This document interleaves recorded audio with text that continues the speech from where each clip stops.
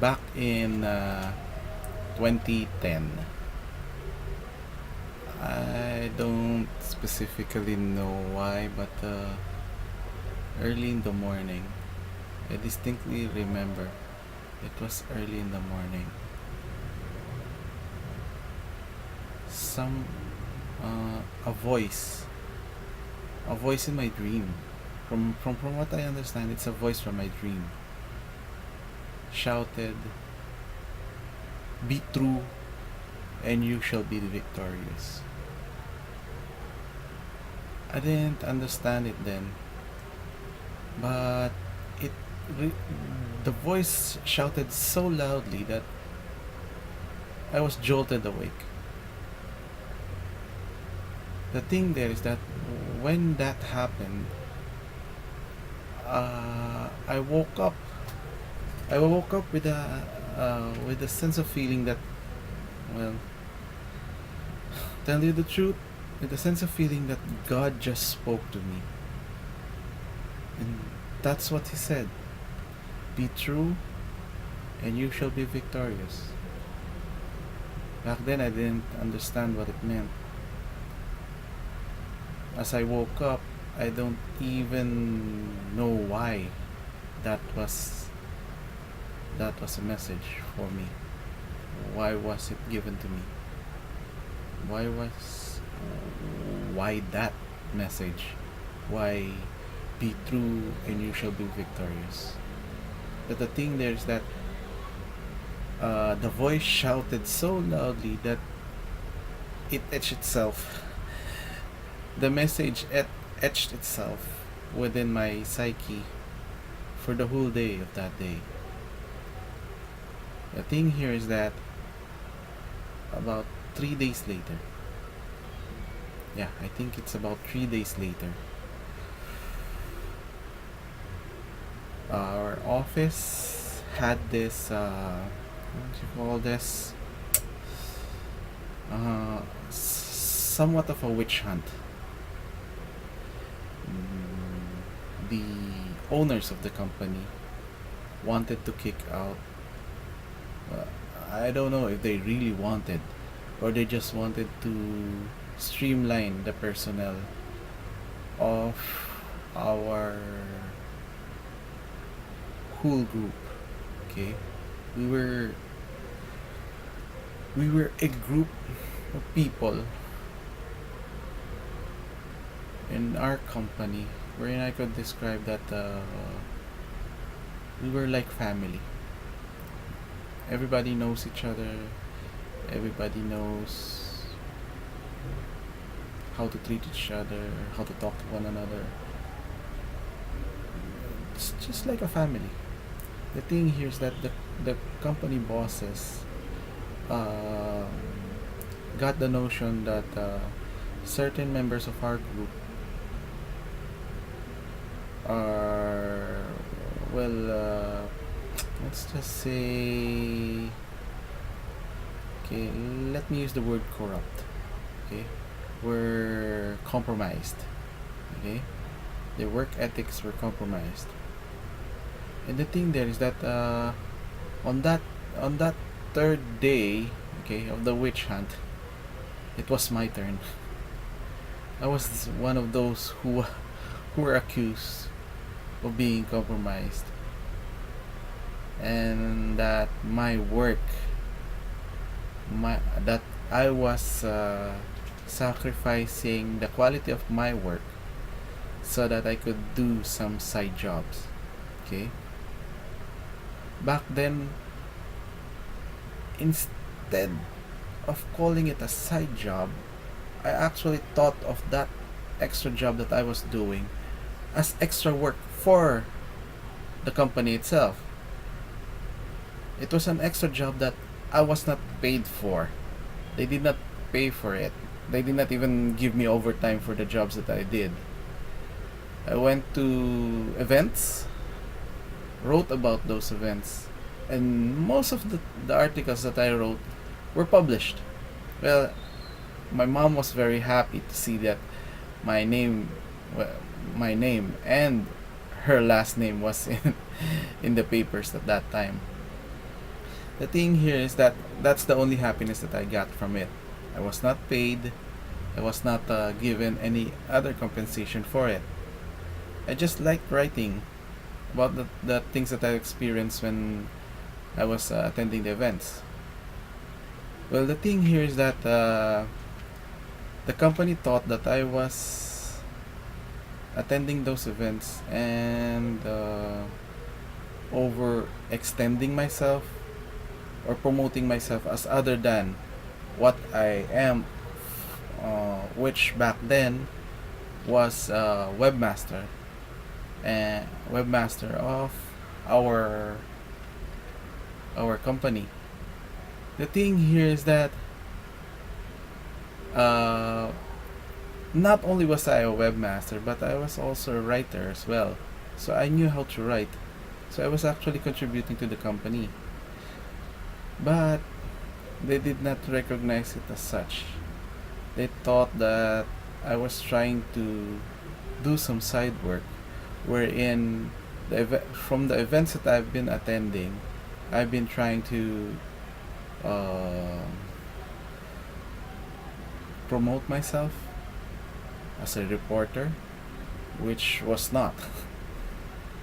Okay, I was not even representing myself as a reporter. I was just calling myself as a, well, I'm just informing everyone back at the events places that I attended to that I was merely a representative for the different divisions. No, not divisions, but rather different sections of the paper that I was writing to. Well, I was actually writing for uh, two sections, mainly the lifestyle section and specifically IT when it comes to the lifestyle section. Since I was in IT myself, was an IT for more than 15 years. Uh, I'm an IT officer for more than 15 years before I worked with the publishing company. It was part of my forte to know something about technology. And the thing there is that I think the company or the higher ups of the company didn't really see me as such. All they knew back then was that I was just a company webmaster. Well, on that third day, I was confronted by, well, no less than the company lawyer, asking me questions, and telling me that I was overextending myself, that I was trying to promote, that they found out that I was trying to promote myself other than the company's webmaster. It was just then that I could hear it once again, the voice of God telling me in my head, be true, stay true. Okay, there's a okay, stay true, and you shall be victorious. It kept on ringing. It kept on ringing on my head. Stay true, and you shall be victorious. Well, I stuck to my story that I am working as a writer for the lifestyle section, specifically for the IT. I was writing for the IT section of the paper. The thing there is that they did not believe me, and they told me that I was, well, they accused me of promoting myself uh, for the purpose of trying to gain extra compensations from other than from our company, get other compensations from other groups, uh, PR companies,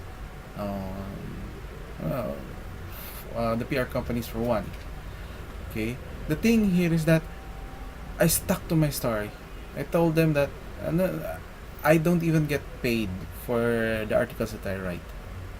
So I continued on and sticking to my story for the whole time that they were trying to judge me for for something that I never thought I never thought I would be accused of. Was never disloyal to the company. It was something like that. The center of the accusation against me was that I was disloyal to the company, that I was actually getting paid not by just not not through my salary alone, but also by the PR companies that were sponsoring the events that I've been attending. The thing here is that I wasn't. They were not paying me for anything. They were not paying me to attend the events. They were not even paying me to write something for them. I wrote articles about the events that I attended, just to satisfy my own curiosity and my own interest, my hobby in writing articles for the paper and seeing my name on the paper as well. Here's the thing, because of that accusation, I don't know how they came up with the punishment, or why they thought I was already guilty without even really checking or providing any proof of my sense of guilt over not being loyal to the company.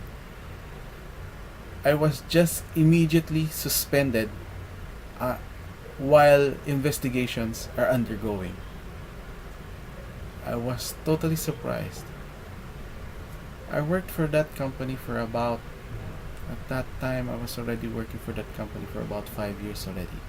The thing there is that I've worked, from what I remember, I would work uh, for more than 8 hours, sometimes 10, even 12 hours. The thing there is that I've never applied for overtime pay for the extra 4 hours, for the extra 2 to 4 hours that I've stayed in the company, trying to fix all of the problems within the website. The thing here is that I was even the first one who perfected the website back then. The website was pre-developed, but the thing there is that uh, it was not, what you call this, perfect for the paper back then. So I had to upgrade it a couple of times. I have to, as much as possible, clean it up and make it more presentable to our viewers. While doing that, I accumulated a couple of hours of overtime, and yet I never applied for any overtime pay.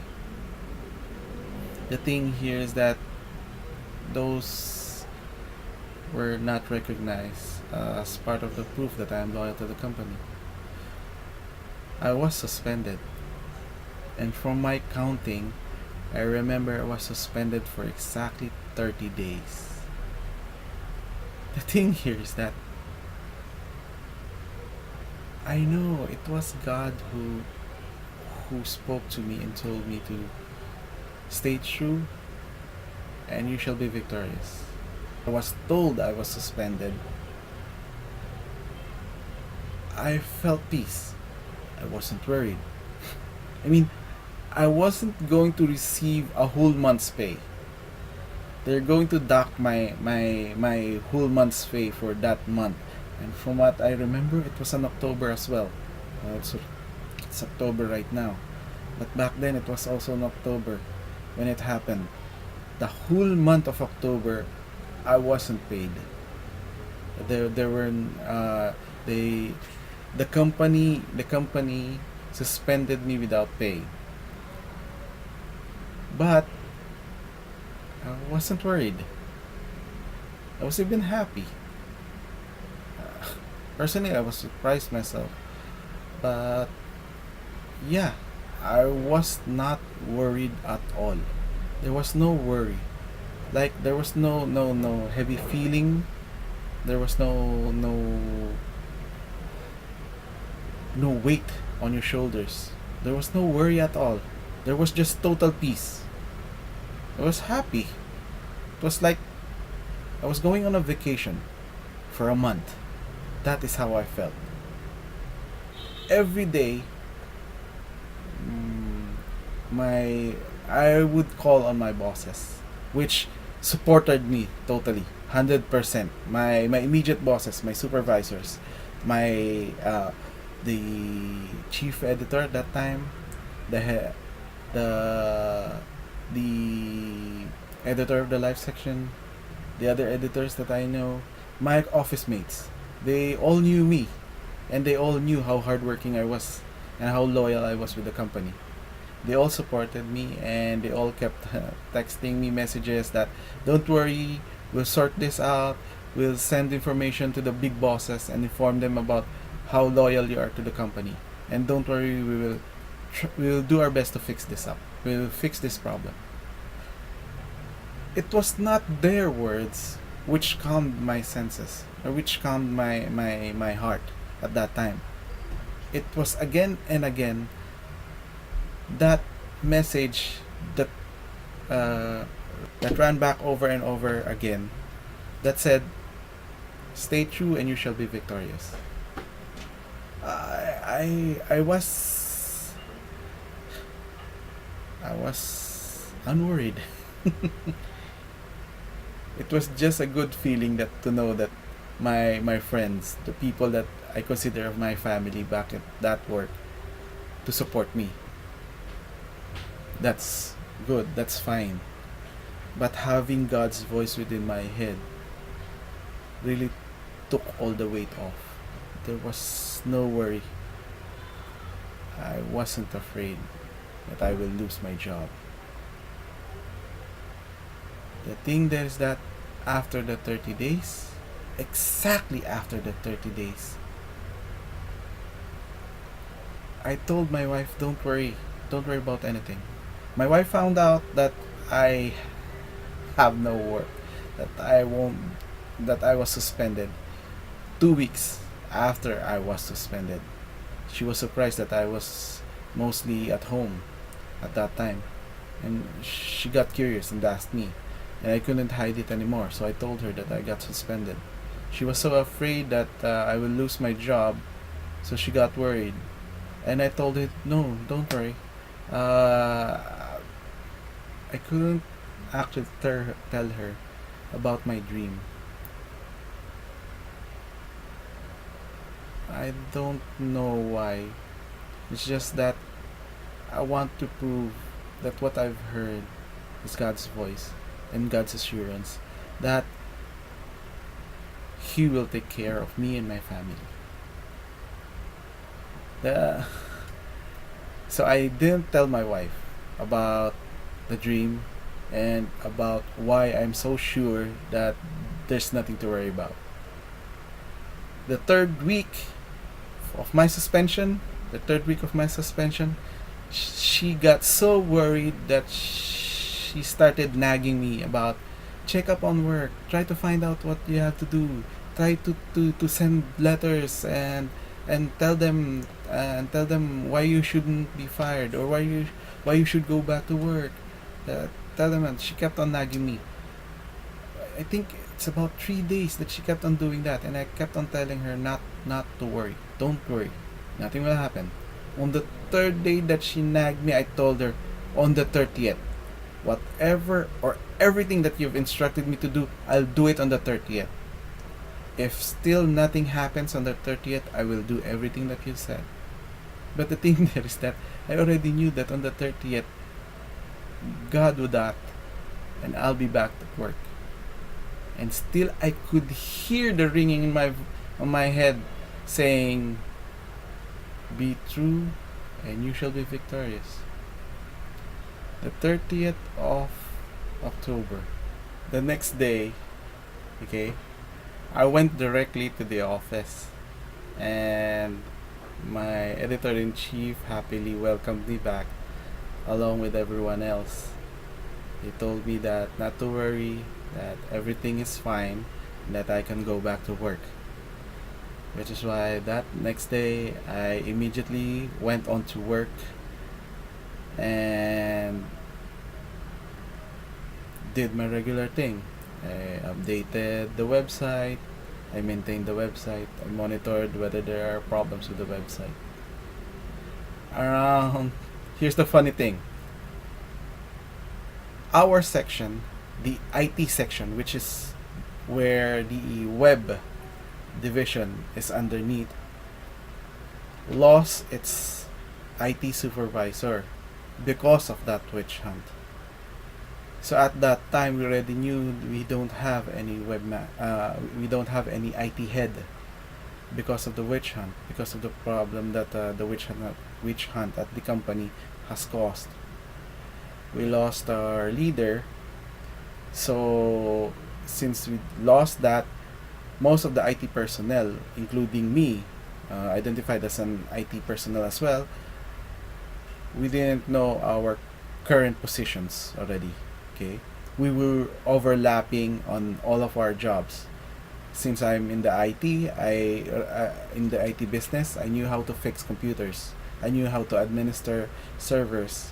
I knew how to configure servers. I knew how to work with programs, with applications. I knew how to install applications on those programs. I knew how to fix computers, PCs, such as that.